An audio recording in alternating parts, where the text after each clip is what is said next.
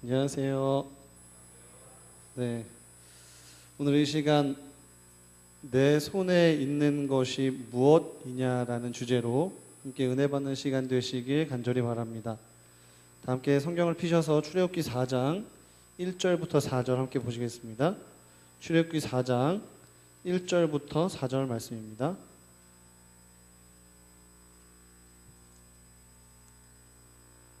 구역성경 86페이지입니다.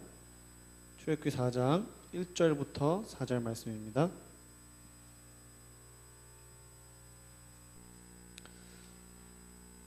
찾으셨으면 제가 홀수절을 읽으면 성도님들께서 짝수절을 읽어주시면 감사하겠습니다. 모세가 대답하여 이르되 그러나 그들이 나를 믿지 아니하여 내 말을 듣지 아니하고 이르기를 여호와께서 내게 나타나지 아니하셨다 하리이다.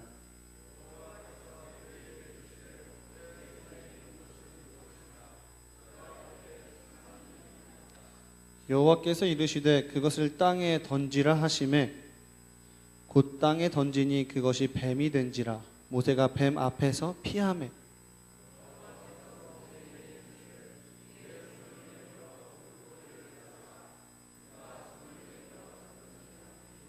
그의 손에서 지팡이가 된지라. 아멘. 세계적인 경제학자 피터 드러커라는 사람이 있습니다. 이 사람은 현대 경제학을 큰 뼈대를 세웠다고 해도 무관할 정도로 굉장히 유명한 경제학자입니다. 그런데 이제 이 피터 드러커라는 사람에게 14살 때 한 선생님이 질문을 하게 됩니다. 자네들은 어떠한 사람으로 기억되고 싶은가? 라고 선생님이 학생들에게 질문을 합니다. 근데 그곳에 앉아있던 학생들이 아무 말도 아무 대답도 하지 못하고 앉아 있었습니다. 그랬더니 그 선생님께서 이렇게 이야기했습니다. 자네들이 대답을 하리라고 기대하지 않았어. 하지만 말이야, 자네들이 먼 훗날 50세가 되고 60세가 되어서도 이 질문에 대답할 말이 없다면 인생을 어쩌면 낭비한 것일 거야 라는 것을 선생님이 학생들에게 이야기했다고 합니다. 근데 이 드러커가 선생님이 한 말을 아직까지 잊지 못하고 기억하고 있다는 것이었습니다. 그래서 그의 가슴 속에, 그의 생각 속에, 그의 기억 속에 끊임없이 자리 잡고 있으며 그의 경제학을 발전시키는 것에 있어서 큰 영감을 주었다고 합니다. 오늘 이 시간만큼, 지금 이 순간만큼 살아오신 성도님 여러분, 지금까지 살아온 우리들의 삶의 결과는 어떠한가요? 지금 우리는 다른 사람들에게 어떠한 사람으로 기억되고 싶으신가요? 더 나아가서 하나님의 기억 속에 우리는 어떠한 사람으로, 어떠한 모습으로 살아가고 있는지 오늘 이 시간 말씀을 통하여서 함께 은혜 받는 시간 되시기 간절히 바랍니다.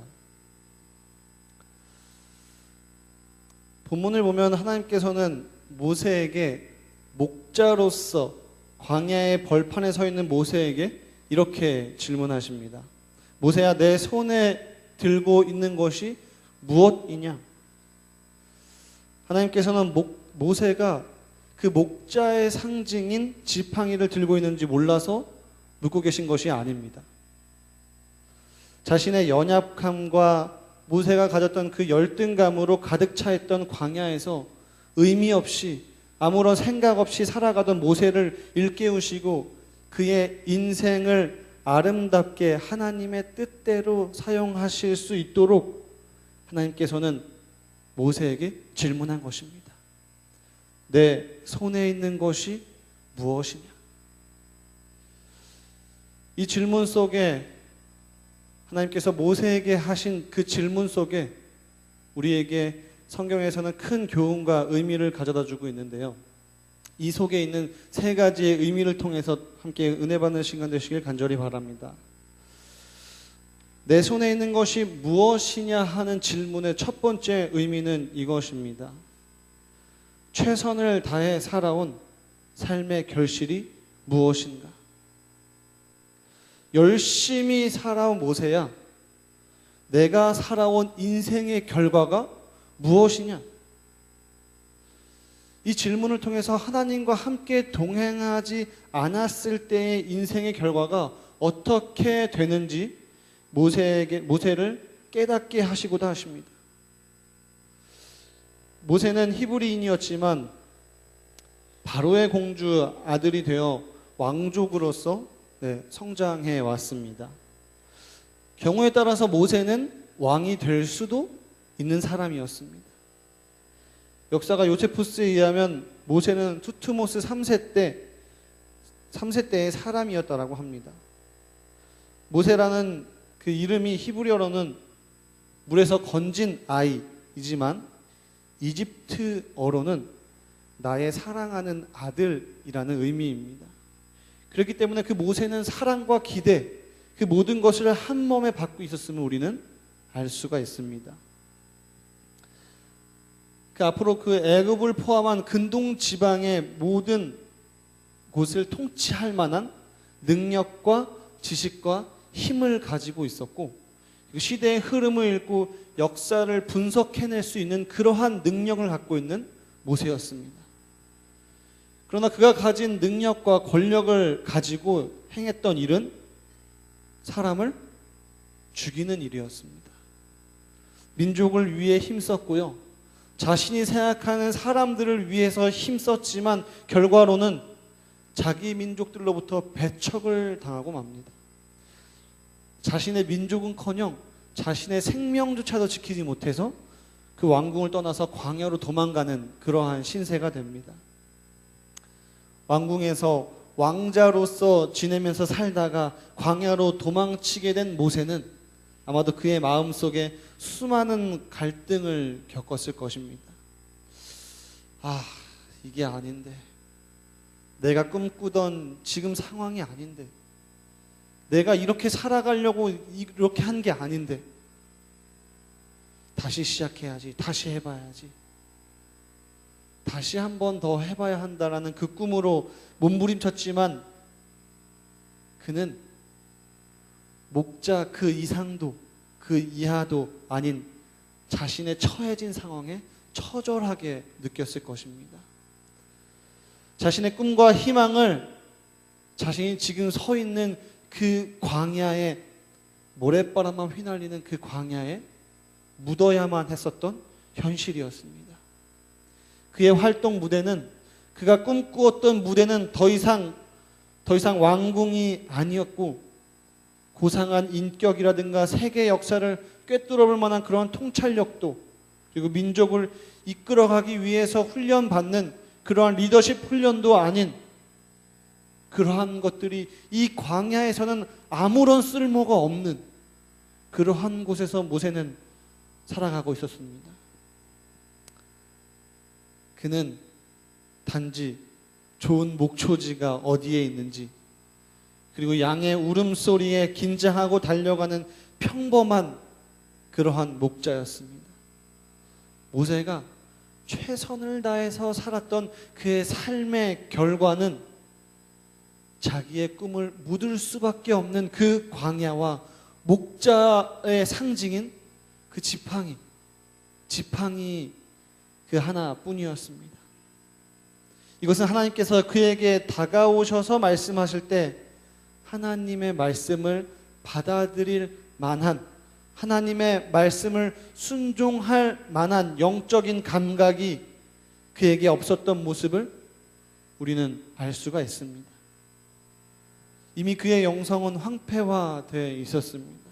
그의 몸과 마음, 그리고 영적인 상태까지 이미 한 단어로 말해서 광야였습니다.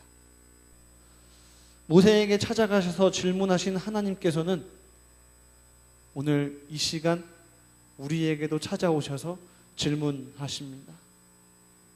성실하게 살아가며 삶의 기준을 갖고 살아온 삶의 결실이 지금 무엇으로 남아있는지, 2018년 전반기를 다 보내고 7월 달에 시작인 후반기의 시작인 지금 이 시점에서 하나님께서는 우리에게 지난 시간 동안 열심히 살아온 지금의 인생 동안, 그리고 18년의 전반을 살아온 지금 이 시점 동안 열심히 살아온 우리의 삶의 결과는 무엇인지, 우리의 손에 들려있는 것은 무엇인지 하나님께서는 질문하십니다. 하나님께서는 이러한 사실을 통해서 하나님과 동행하지 않았던 그 모세의 생애, 그 결과가 어떠한지를 모세로 하여금 철저하게 경험하도록 만드셨습니다. 모세의 이러한 경험은 출애굽기 32장에 잘 표현되어 있습니다. 하나님의 부르심을 따라 모세는 히브리 백성을 애굽으로부터 인도하여 냅니다. 그리고 하나님의 백성으로 삼고자 주신 율법을 받기 위해 시내 산으로 올라갔다가 내려온 모세는 깜짝 놀랄 만한 일을 목격하게 됩니다. 아론을 중심으로 백성들이 우상을 섬기는 하나님 보시기에 너무너무 악한 그러한 행위를 하고 있었던 것입니다. 그때 하나님께서 모세에게 이렇게 이야기합니다.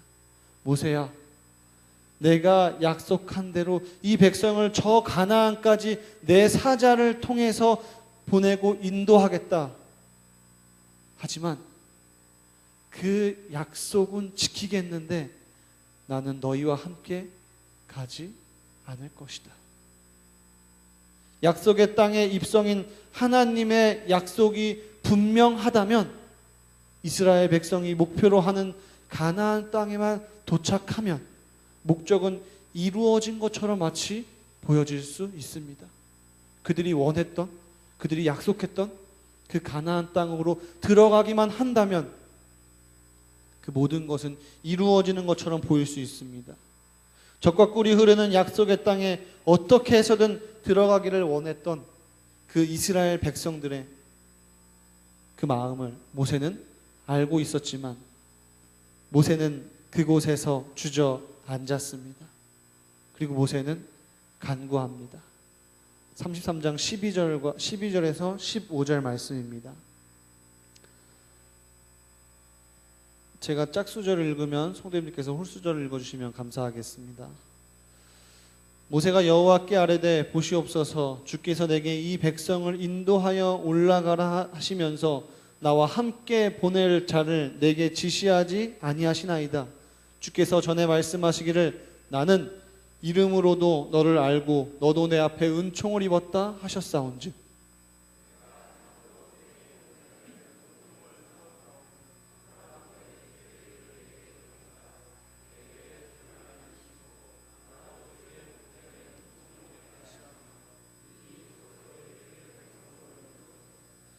여호와께서 이르시되 내가 친히 가리라. 내가 너를 쉬게 하리라.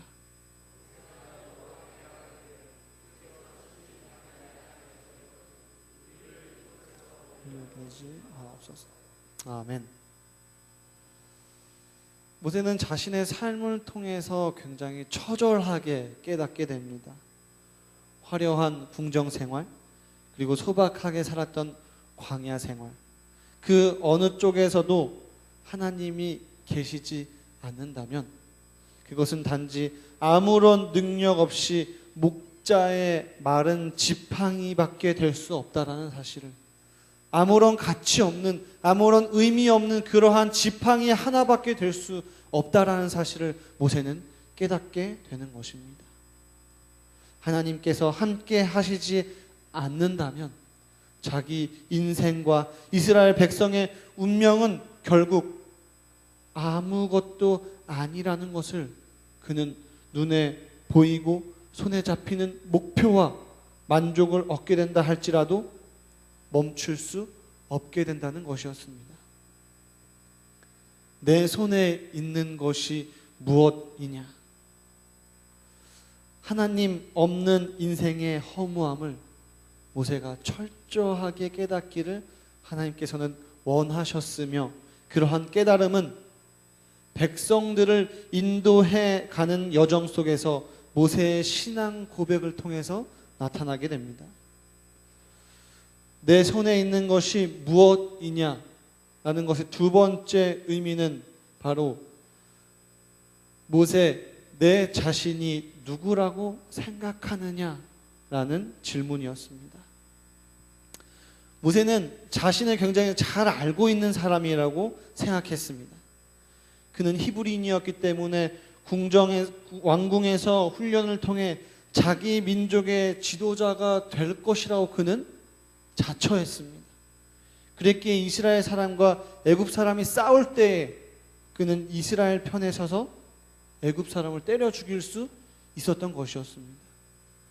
그 일이 있은 후에 이스라엘 사람들끼리의 말다툼이 또 다시 일어났을 때 동족끼리 싸우지 말라고 말리는 모세에게 오히려 누가 너를 우리의 주제와 법관으로 삼았느냐 라고 모세에게 이야기합니다. 이 한마디는 모세의 모든 꿈을 한 방에 깨트려 버리는 그러한 한마디였습니다.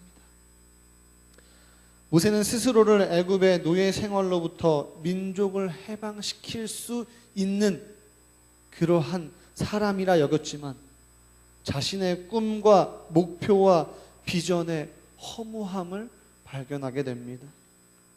결국 그는 광야로 도망치지 않는다면 그 안 되게 되며 그 사명과 꿈도 다 접은 광야에서 목자로 살아가며 그 목자 그 이상도 그 이하도 아님을 또다시 한번 발견하게 됩니다.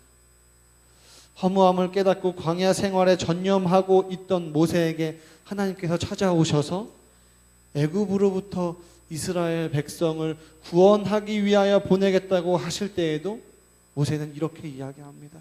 아니요, 하나님, 그것은 제 일이 아닙니다. 저는 그러한 사람이 아닙니다. 옛날 한때는 그러한 가능성이 있는 사람이었을지 모르지만 지금 저는 목자 그 이상이 아니에요. 제가 배웠던 지식, 가졌던 지혜, 여러 경험들까지도 아무것도 소용이 없어요. 짐승과 함께 뒹굴면서 오직 좋은 목초지를 찾는 그런 평범한 목자 그 이상의 사람은 아니에요. 내가 민족을 구원한다고요? 아니요, 하나님. 그 일은 제 일이 아닙니다. 모세는 하나님께 하나님의 그 말씀에 거절합니다.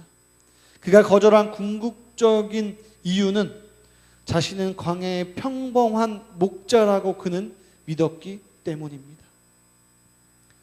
모세가 하나님의 부르심 앞에 제일 먼저 질문한 것이 바로 이것입니다. 하나님, 내가 누구입니까?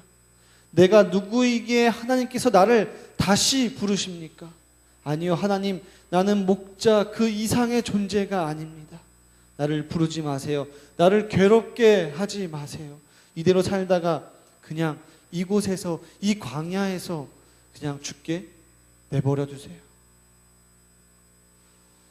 하나님께서는 모세에게 지도자가 아닌 목자가 되길 원하셨습니다. 수만 명의 민족을 지휘하고 백성을 통솔하는 것을 꿈꿨던 모세에게 맹수로부터 받는 어린 양을 막으며 어린 양의 울음소리에 민감하게 반응하는 목자, 백성들의 마음의 그 소리를 민감하게 반응하는 목자가 되길 하나님께서는 원하셨던 것입니다. 하나님께서 왜 모세에게 왕궁 40년의 생활과 광야 40년의 생활을 허락하셨을까요? 모세 자신이 누구인가를 깨닫기를 원하셨던 것입니다. 우리는 자신이 처한 환경에 따라 자신의 존재를, 자신의 위치를, 자신의 가치를 평가합니다. 좀 더 부하면 귀한 존재고요.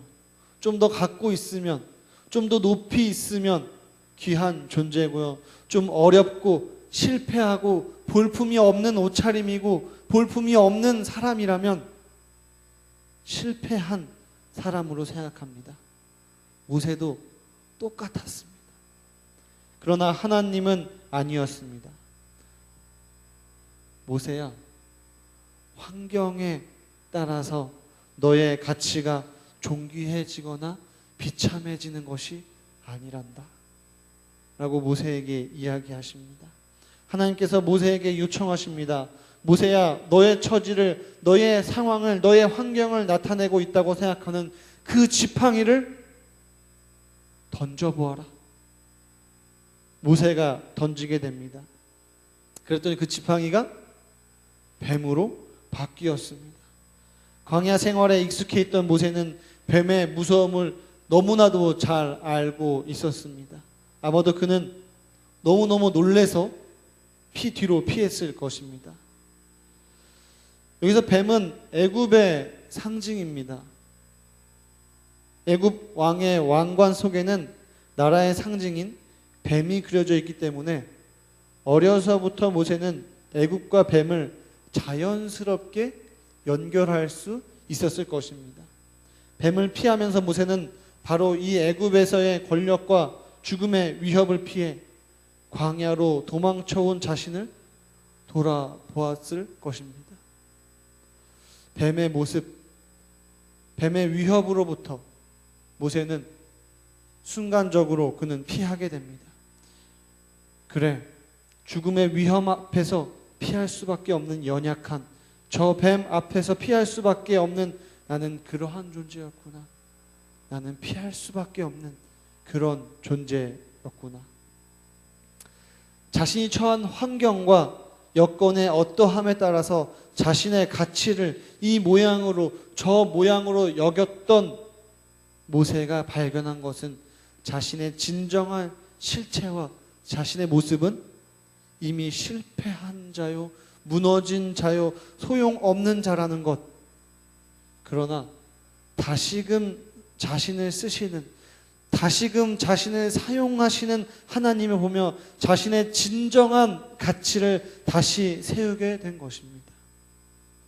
죽을 수밖에 없는 우리의 인생은 가치 없는 존재이지만 예수 그리스도의 보혈의 피로 말미암아 존귀한 존재가 되었다는 사실을 모세에게 일깨워 주신 것처럼 하나님께서는 오늘 저와 성도님들을 통하여서 동일하게 일깨워 주기를 원하십니다. 진정한 나를 깨달을 때에 낙심하지 않고 절망하지 않고 다시금 내 인생을 하나님 앞에서 하나님으로 시작할 수 있게 되는 것입니다. 지금까지 어떻게 살아왔든지, 어떠한 인생을 살아왔든지, 지금까지 내 손에 무엇이 들려 있었던지 다시금 하나님으로부터 다시 시작할 수 있게 되는 것입니다. 내 손에 무엇이 있느냐? 마지막 세 번째 의미는 이것입니다. 앞으로 어떻게 살아갈 것인지를 질문하는 것입니다. 우리의 과거는 이미 지나갔습니다. 그렇기 때문에 앞으로의 삶은 너무나도 중요한 것입니다. 모세는 뱀으로 변한 지팡이를 어떻게 해야 할지, 어떻게 다뤄야 할지 그는 몰랐습니다. 그는 자기 앞에 어떤 일이 전개될지조차도 그는 몰랐습니다. 그가 할 수 있는 일이라고는 깜짝 놀라서 뒤로 피하는 것, 그것밖에 없었습니다. 또한 그가 뱀처럼 엄청난 애굽을 상대로 그가 할 수 있었던 것, 그가 최선을 다할 수 있었던 것 또한 광야로 피하는 것 뿐이었습니다. 그때 하나님께서 모세에게 뱀의 꼬리를 잡으라고 명령하셨습니다. 그런데 보통 뱀을 잡으려고 할 때 어디부터 잡아야 하죠? 네, 머리부터 잡아야 합니다. 꼬리부터 잡았을 때는 굉장히 위험한 상황으로 처하게 되는 것입니다. 그런데 하나님께서는 모세에게 뱀의 꼬리를 잡으라고 명령하십니다. 그 모세는 얼떨결에 그 꼬리를 잡게 되었습니다. 그런데 그 꼬리를 잡자마자 뱀은 다시 지팡이로 바뀌게 됩니다. 모세에게 있어서 엄청난 일이 그의 눈앞에, 그의 코앞에서 바로 일어나게 된 것입니다. 인간적으로 생각할 때는 그것이 상식 밖의 일이었습니다. 전혀 모세의 경험에 있어서 맞지 않는 일이었습니다. 그러나 하나님의 말씀대로 그 모세가 순종했을 때 그 기적은 일어나게 되는 것입니다. 그것은 모세의 능력이 아니었습니다. 모세의 경험 또한 아닙니다. 하나님의 능력에 의해서 모세는 그것을 이루어짐을 발견하게 됩니다. 그리고 하나님께서 말씀하십니다. 너는 이 지팡이를 손에 잡고 이것으로 이적을 행할지니라. 모세가 피해서 도망간 뱀, 그것도 뱀의 머리가 아닌 뱀의 꼬리를 잡았는데 다시 지팡이가 되어서 그의 손아귀에 들어온 것을 보고 자신의 능력이 아닌 하나님의 말씀대로 순종하는 자에게 주시는 하나님의 능력이라는 사실을 그는 다시 한 번 더 깨닫게 되는 것입니다.